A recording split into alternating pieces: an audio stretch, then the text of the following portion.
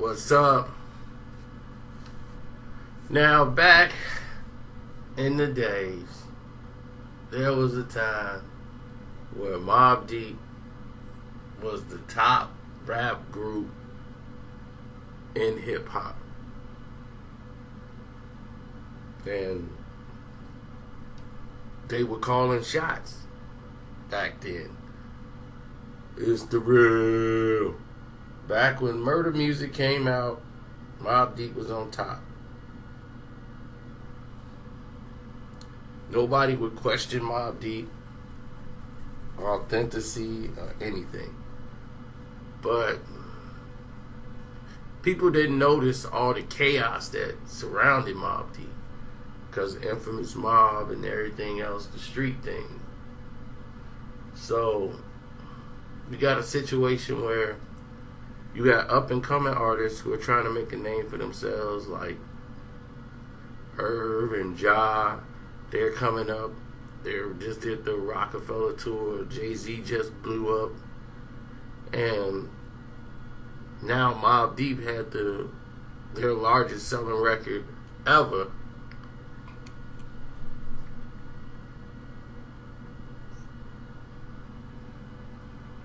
Now it's time for them to come out with their solo projects. They were supposed to do 2 solo projects. Because everybody's asking, man, when P finna drop that, man? P the best lyricist in the world. So people wanted to see that. Prodigy, Havoc wasn't really feeling that, because then now it's like, okay, Mobb Deep gonna do one, Havoc gotta do an album, then, P gonna do an album. But Havoc thing was, he ain't gonna rap all the time and make an album by himself. He'd rather produce than do all this stuff. So he was basically saying, look, man, let's just focus on the Mobb Deep album. And P was writing for the Mobb Deep and the HNRC album. So they go out to the club, and that girl, one of the girls that was in the crew, who was that? Oh, God. I think it's Zyla, if I'm not mistaken. I could be wrong, but I think her name's Zyla. And she was there, and she was like, oh, there's Ja and Irv. Like, Irv Gotti and them. And so he was like, that's Ja and Irv and them. They over there kicking it. And Irv and them in the club. Yo, what's up? How Irv was all turned up. They was happy because Ja Rule had he had his album coming out. And, P was looking like, man, these clowns. You sweating them clowns, man. They trying to get on. They trying to be Biggie and Puffy. Look at this. Look at this dude. He's shirt off all the time. Who he think he is, Pa? So P was just hating on him. Havoc is actually cool with Ja. Like, they was like, oh, man, what's up with Irv and all of them? Because Havoc was communicating with them. They was talking about probably, producing and stuff. So Havoc is cool with him. P, he ain't that cool with him. And people don't understand that Havoc don't really hang out with P 24/7. They make an appearance when it's time for the Mobb Deep to be somewhere, but they know they got their own crews that they roll with. Some of them are tight. They got some people that's affiliate, but one will be more tighter with the one than the other. So Ja, came at him, showed him love. Saw P, gave him love. Everything was like, yo, what's up, man? And they had just premiered a Shaggy song. It wasn't me. It wasn't me and all that. And man, the place went crazy. It wasn't even released yet. But it was Shaggy, It Wasn't Me, going off in the club. And they kept playing it. I was like, man, that song gonna be addictive. That's gonna be a radio banger there. I know that's gonna be a hit. And he was like, yeah, that's tight. And he's like, that's dope, right there. So everybody was all in one big happy family. P never liked him, but faked it for the whole night. Now, after this, Zyla started, her best friend working was Vita, who ends up from Murder Inc. Zyla and Vita are like, I don't know if they related, but I know they best friends. And just so happened, there's an incident with one of P guys, and Preem, because Preem started to, have more influence on what was going on with Ja. Ja was mostly hanging out with Preem and all those dudes, as they got steam going. They started talking about Preem team this, Preem team that, and they were protected on the streets. Now, Murder Inc. is developing. They got Vita now. They got all this going on. And at this time, while they coming up, Ja Rule is blowing up. And while Ja's blowing up, you got Mobb Deep, who basically is just finna get dissed by Jay-Z, and it turned the pendulum on Mobb Deep because Loud Records was getting ready to fold. There's a lot of problems within the group that was causing a lot of people, duress.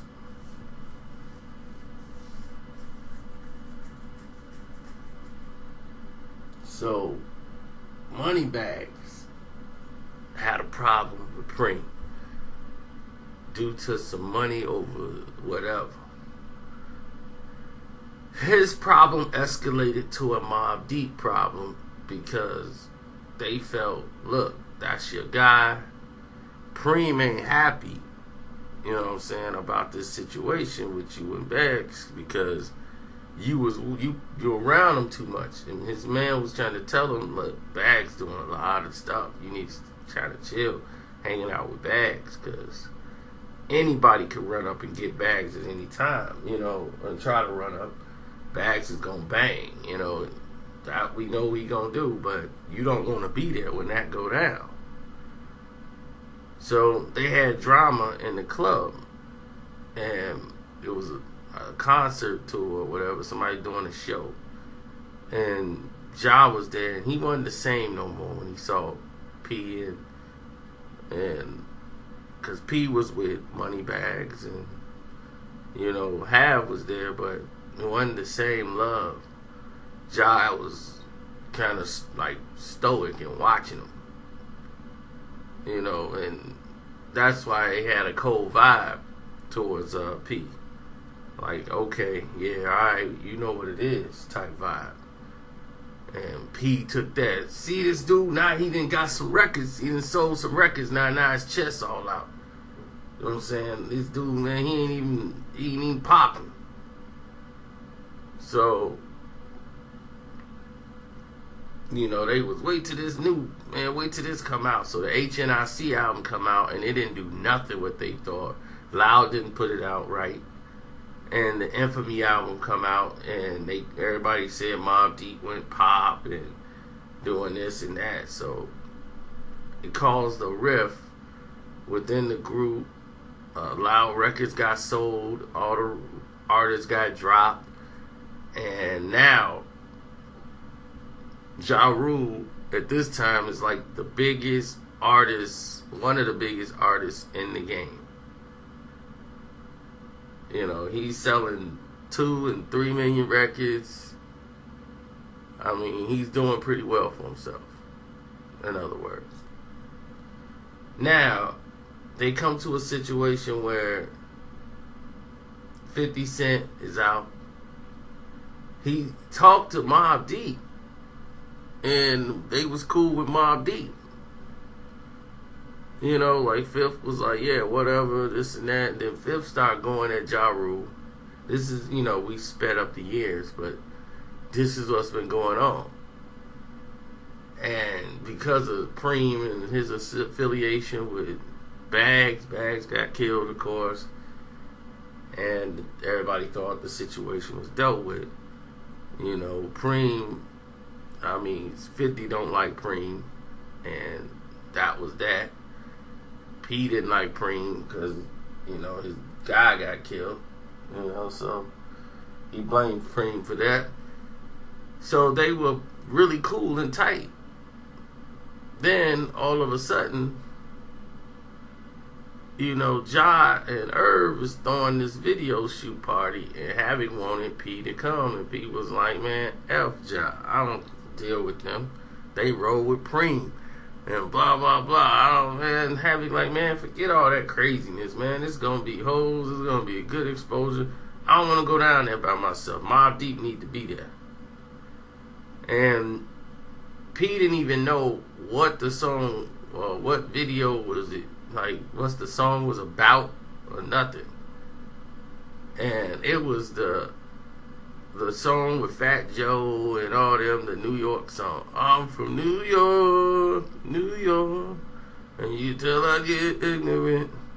I'm from New York. So,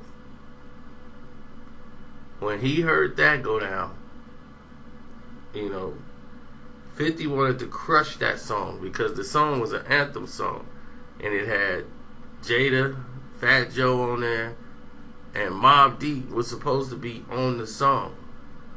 Ja wanted to get Mobb Deep on the song. And they wouldn't do it because P wouldn't agree to do it. Or they said they didn't know about it. It didn't come to their attention.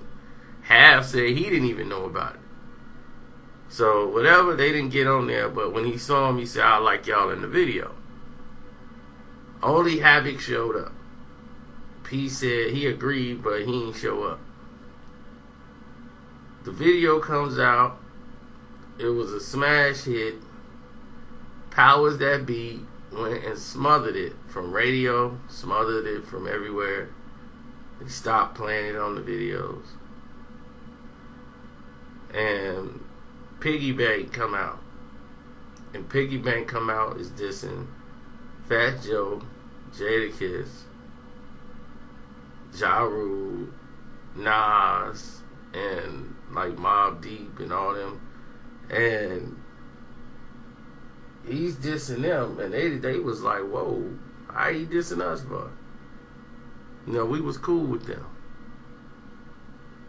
So now there's tension between the two. And this kind of led to the Havoc Prodigy situation. Because now there was a beef for no reason. Like when they saw Ja up at the club when P was doing his thing with HNIC, and P let it be known that, like, man, he was salty at Irv Gotti because he thought Irv Gotti didn't let Vita be in his video when they did Burn because of Jay-Z, and like he thought Jay-Z and Irv was trying to hold Vita back, you know, because of the beef we had with Jay. So that's why Irv and them didn't like him. He didn't know that Irv didn't give a doggone care about it.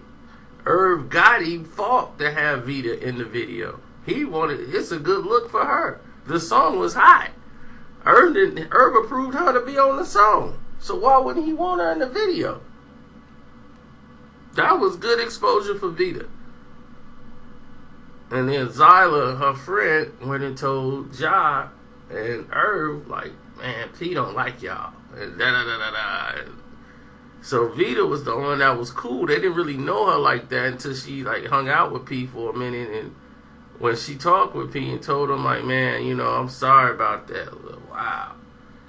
You know, like, that's messed up.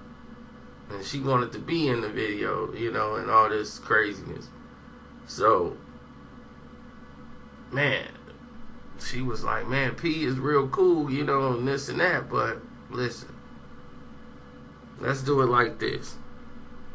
On the next joint, we got you. That's how Herb was like, tell him we got him. He ain't gotta be no hate and this and that. Then when he got around P and all them, he wanted the ice grill. Him and Chris Gotti, they was at the some award show. No, America's Nightmare was coming out, and they had one of their shows or whatever. Chris was up there giving him the stone look, like, yeah, whatever, boy, Supreme Team over here.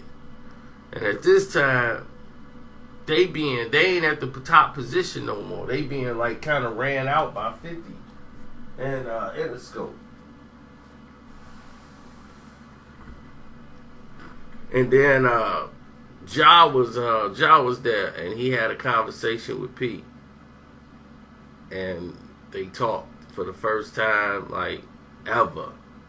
Had a conversation, and he told him, he was like, "Look, I ain't got no problems with you, man." And he was like, "Every time I see you, I feel like I gotta grab a ratchet or something. Like you about to bust on me, man." He was, "Nah, man, you was affiliated with Preem and all this, and it was crazy." And at this time, America's Nightmare didn't go anywhere, and they was coming out with they got out of that deal, and then they was signing with 50. And that's when, the beef went right back again. He was like, "Man, I just talked to Ja, and he said, well, he ain't gonna be dissing us." Ja was like, "Man, I wanted y'all to work with y'all, do some work, man. Maybe down the road, we'll do something." Then all of a sudden they signed with 50, and he was like, "Nah, they done. I can't deal with Mobb Deep no more." That's it. So Ja looked at them like, "Okay, I'm done. We're trying to patch this thing up." So Zyla and Vita, she was like, "Yo, P, what's up?" And when she saw them, and he was like, "You know Zyla?" He's like, "Yeah, Zyla." He's like, "You ain't know Vita is like this?" And woo, woo, woo. He was like, "Nah, I ain't know that." But he lied because he did, because Zyla's the one that got Vita to do Burn. Like, she suggested, like, "Man, y'all should get Vita on there.